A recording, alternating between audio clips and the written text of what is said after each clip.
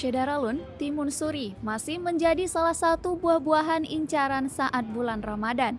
Buah yang biasanya dikonsumsi dengan cara dicampurkan sirup dan es ini memiliki rasa segar yang sangat cocok untuk berbuka puasa. Azhar, seorang pedagang timun suri di Jalan Yosudarso, tepat di samping SPBU Paya Ilang pada Selasa 19 April 2022 mengatakan, selama Ramadan penjualan timun suri meningkat.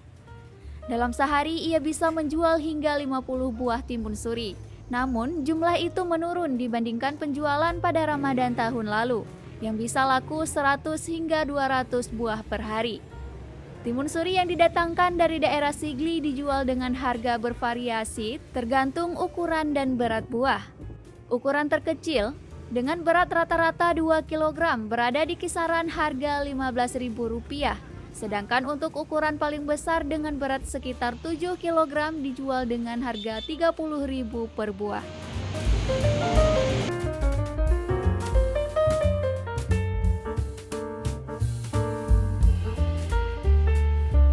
Dari Aceh Tengah, Bagus Setiawan, Serambi On TV.